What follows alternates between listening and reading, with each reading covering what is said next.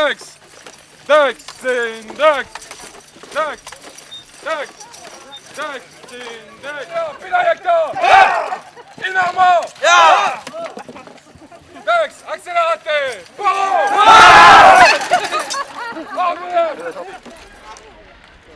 Cadité! Dax! Dax! Dax! C'est Dax! Dax! Dax! Dax! C'est Dax! Attention! Bloquez-nous! Dax! Dax! Dax! Accélérateur! Donc nous sommes l'association AV Bagacom, LEC 22, PPF de Bavé. On a été gentiment invités sur ce très beau site pour faire vivre un peu, faire certainement connaître plus de certaines personnes qui ne connaissaient peut-être pas dans les environs. C'est important pour nous de refaire vivre les sites archéologiques romains.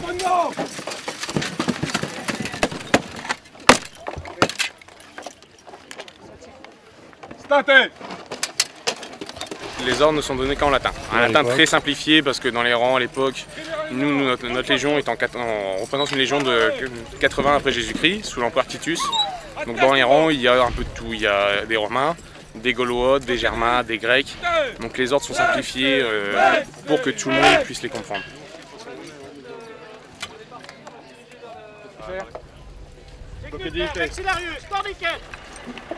Les gars, salutate! Allez! Allez! Allez! Pia et Fidelis! Pia et Fidelis! Roma et Carlo! Roma et Carlo!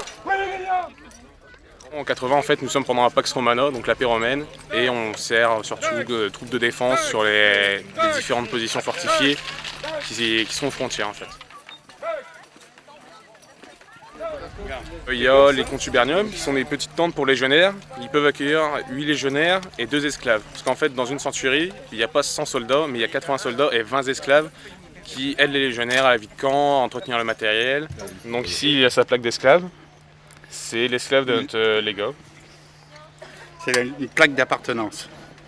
Si on me retrouve, on me ramène sur le Rhin, là où est basé mon patron propriétaire. Et vous avez un prétorium, c'est la tente des officiers. Sur des petits campements comme ça arrivait que les compagnes des légionnaires suivent leurs compagnons, à l'époque par leur mari, parce que les légionnaires ne pouvaient pas se marier pendant leur service. Donc ils suivaient leurs compagnons quand le camp était installé. Sinon, sur des petits campements, race campagne, dans des petits forts faits pour une journée, il n'y avait pas de femmes. Mais après, dans les grands forts, la première chose arrivée, c'était les loupas et les marchands. Les loupas sont des prostituées, donc oui, il y avait des femmes sur les grands camps romains.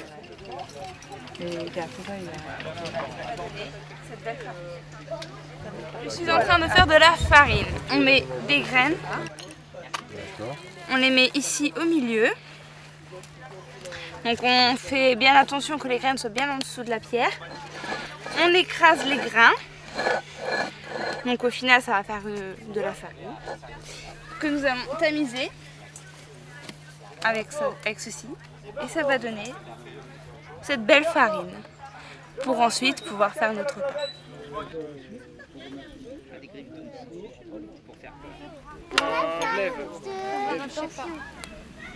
Il y a certaines pièces d'équipement sur nous qui sont fabriquées chez nous par nos artisans et des pièces que l'on achète directement sur internet parce que c'est trop compliqué à faire. Donc les glaives sont achetés, les sangles de glaive sont fabriquées en général par nos soins. La cuirasse que je porte, la cuirasse segmentée, la Lorica segmentata, est faite chez un de nos artisans, celle-ci. Les caligae que nous portons aux pieds sont faites par un de nos artisans aussi, donc chaussures cloutées. Les tuniques sont faites en général par quelqu'un de chez nous. En fait, en dessous de ma Lorica, j'ai ce qu'on appelle une subarmalis. C'est une petite protection de cuir avec des perruges, donc des pendants, qui a été faite par quelqu'un de chez nous aussi. Les pilums sont faits chez nous, les boucliers sont faits chez nous. On essaye de faire vraiment tout ce qu'on peut par nos propres moyens en fait. Je suis l'artisan de la 22e Légion romaine de Bavé. Artisan, je fabrique les caligas, les KCI, chaussures civiles, chaussures militaires, voilà, avec des clous. Je suis en train d'en fabriquer une justement. C'est la préparation d'une caliga. C'est fait, c'est du cuir de vache. Et la semelle est en croupion de cheval. Avec des clous. Une paire de caliga, ça dure 6 mois à peu près, généralement, à cette époque-là. En général, il y a un problème d'accrochage de son... Donc il m'a dit, il faut me réparer ça. Ah, c'est trop souple, il faut me le changer. Et voilà, donc j'obéis aux autres parce que je suis l'esclave, hein, quelque part. En général, c'est satisfait, mon général. On appuie un peu, c'est terminé.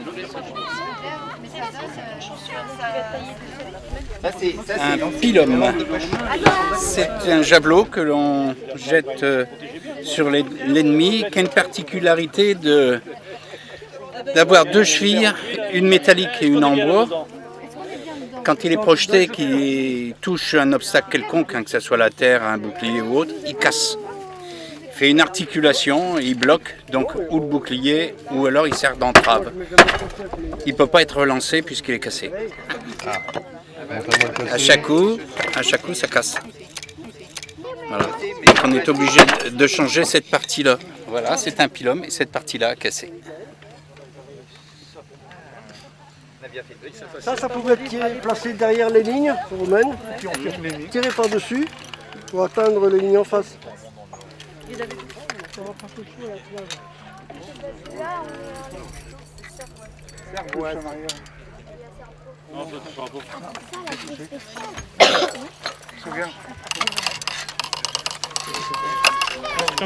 Pour essayer.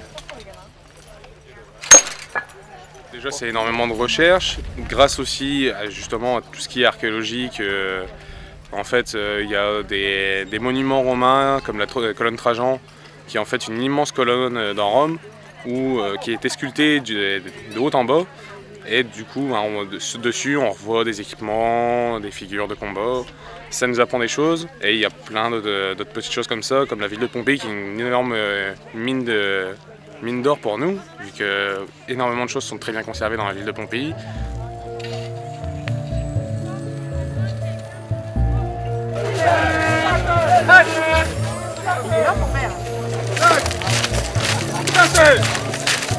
Rétro.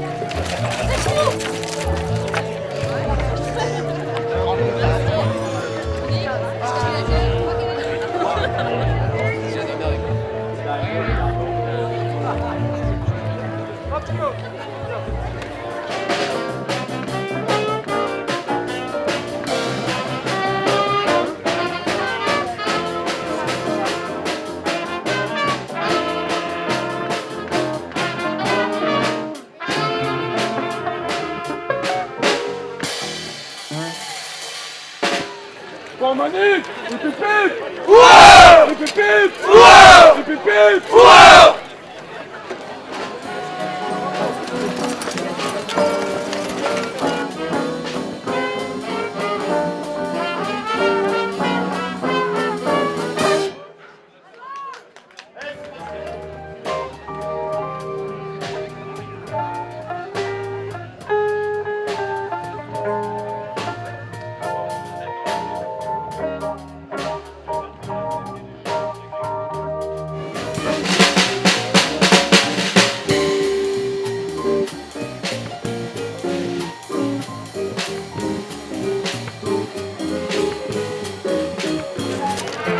Il est là.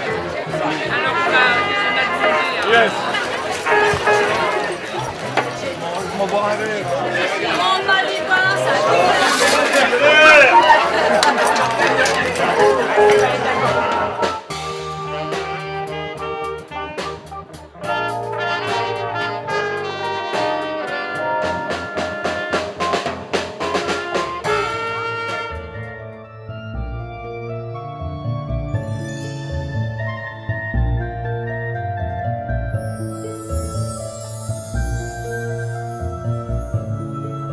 C'est l'occasion effectivement pour nous de raconter au public l'état de la connaissance, hein, c'est un terme un peu pompeux, mais enfin c'est ça, l'archéologie n'est pas une science exacte, hein, c'est une discipline qui se renouvelle régulièrement, d'où le fait qu'on fasse des fouilles, puisque bon, on saurait ce qu'on avait sous les pieds, on n'aurait jamais fait de fouilles.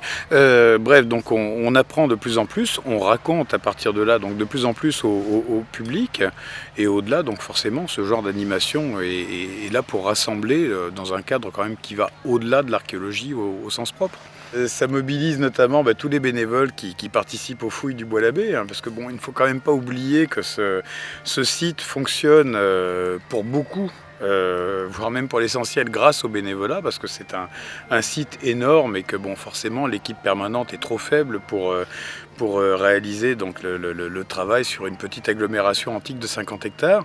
Ça mobilise également le monde associatif avec l'association Aoué Bagakoum, donc les légionnaires romains de Bavé, les bénévoles de la FATRA, donc la Fédération des archéologues du Talou et des régions avoisinantes.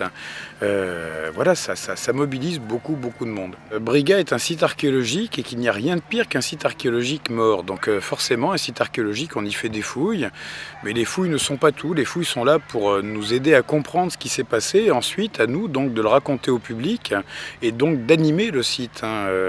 Et tant qu'à faire, effectivement, la Briga intemporelle, c'est quoi comme titre? Ça montre que Briga, c'est une ville, c'est un lieu d'échange, c'est un lieu de partage déjà depuis l'Antiquité et on perpétue donc ce système, ce qui se fait aujourd'hui, donc avec la musique, avec le repas, etc. Donc c'est un endroit où les gens se retrouvent pour partager un moment de convivialité. Et voilà, l'idée, c'est de faire en sorte que ce site, qui à la base est un site archéologique, soit un site culturel au sens le plus large. À l'abandon du site, en fait, ils ont récupéré tous les murs. C'est pour ça qu'on n'a plus autant d'élévation qu'on pouvait avoir. Par contre, ici, ce petit bâtiment, il pouvait faire une dizaine de mètres de haut. Et le grand temple qu'on a derrière, il pouvait faire 25 mètres de haut, on va dire, allez, au moins aussi haut que les arbres en tout cas. Donc là, à peu près, on marche sur le sol antique. Voilà, au niveau de la hauteur. C'est clair qu'aujourd'hui, le public a répondu très nombreux à cette première journée du week-end, donc pour les visites, pour le repas, pour venir assister au concert. Et c'est une très bonne chose parce que c'est vrai, je vous parlais des bénévoles là, qui participent énormément, qui sont d'ailleurs les moteurs donc, de l'aventure Bois-l'Abbé. Les bénévoles, comme le nom l'indique, donc, ne sont pas payés et le fait que le public afflue à ce genre de manifestation, c'est le remerciement qu'ils peuvent attendre. C'est-à-dire que voilà, les gens sont présents en masse pour voir le travail qu'ils ont effectué et c'est le remerciement, c'est le salaire qu'ils auront par rapport au travail qu'ils auront fourni donc bénévolement.